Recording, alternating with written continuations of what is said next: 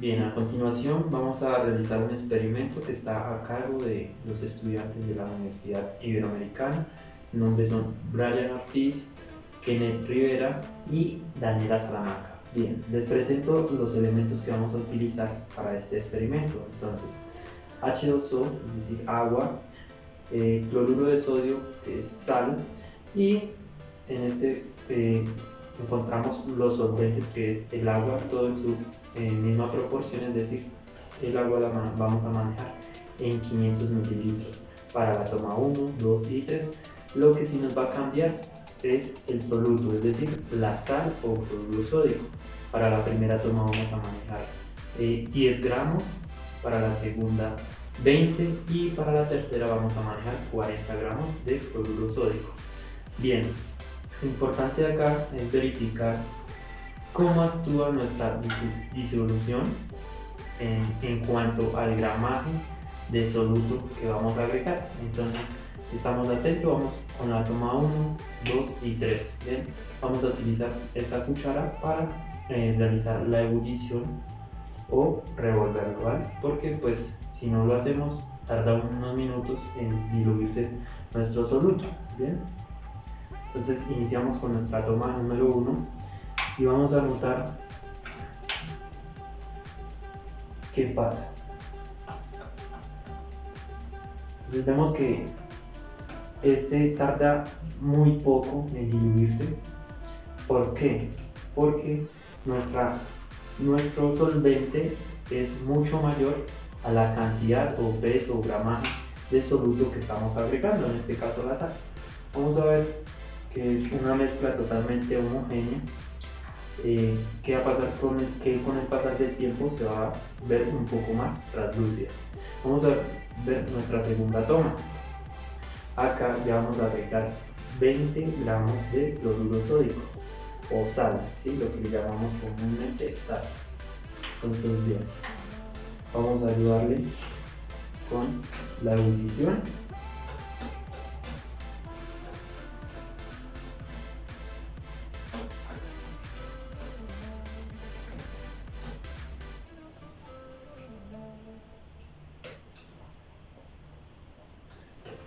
Entonces,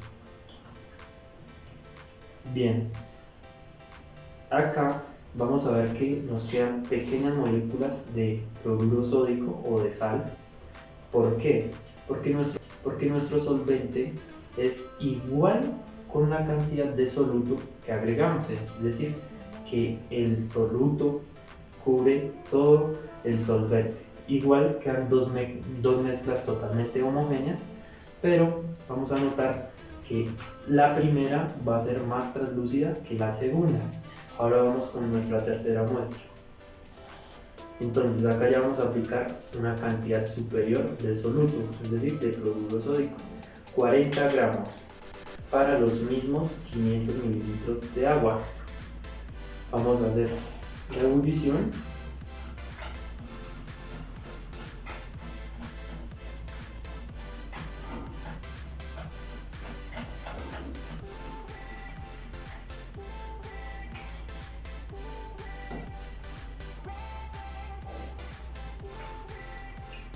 Bien, ¿qué pasa en esta?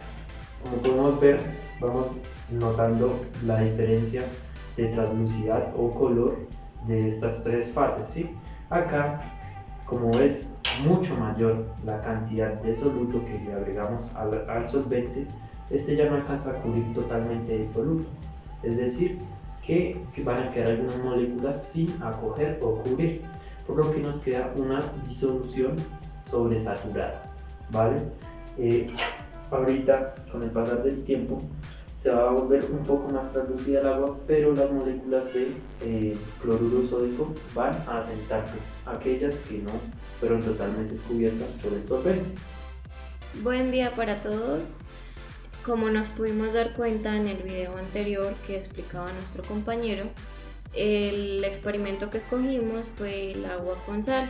Ese experimento decidimos realizarlo en 3 vasos diferentes para darnos cuenta que en el primero, que fue 500 mililitros de agua con 10 gramos de sal, a simple vista no se veía tantos cambios en el vaso. Como podemos ver en el segundo vaso, decidimos agregar 20 gramos de sal en los mismos 500 mililitros de agua, y ya en el tercero le agregamos el doble del segundo, que sería en este caso 40 gramos de sal por los mismos 500 mililitros de agua.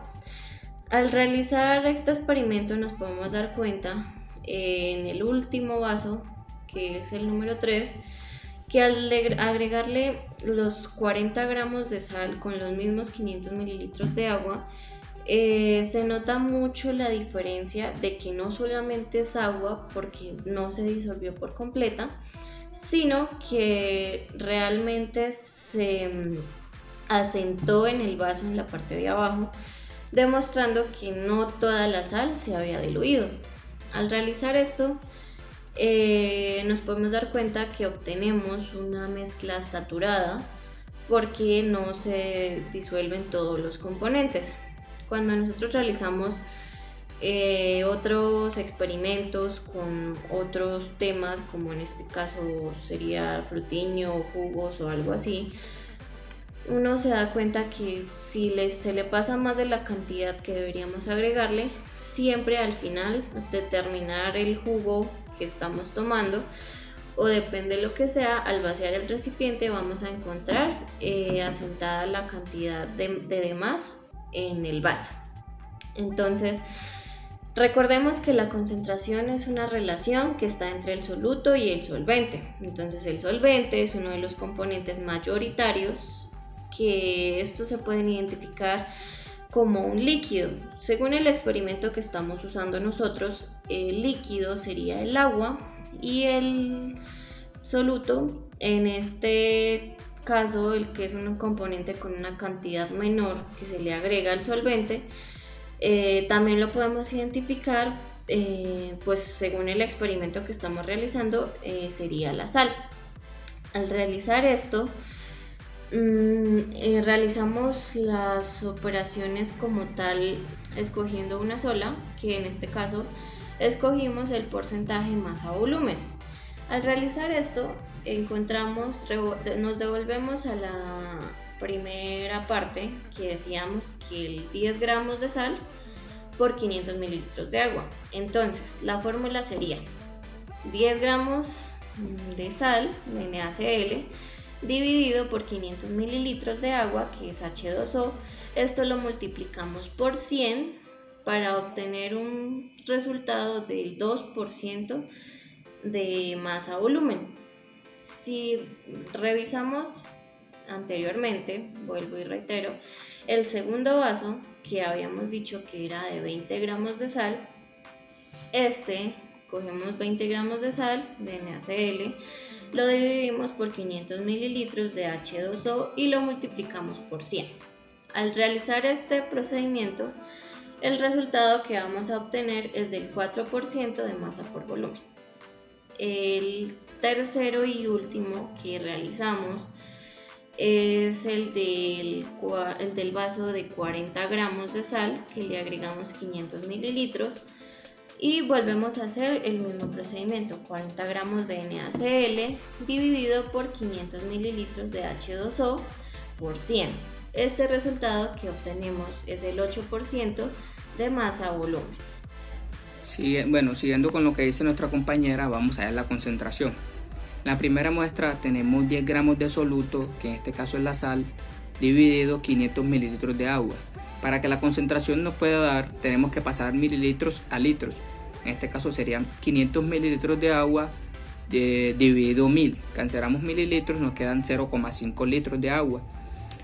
Serían 10 gramos dividido 0,5 litros de agua, que nos daría 20 gramos litros, que es la concentración de la primera muestra. En el segundo vaso, como ya tenemos los litros, que son 0,5, solamente le agregamos los gramos de soluto.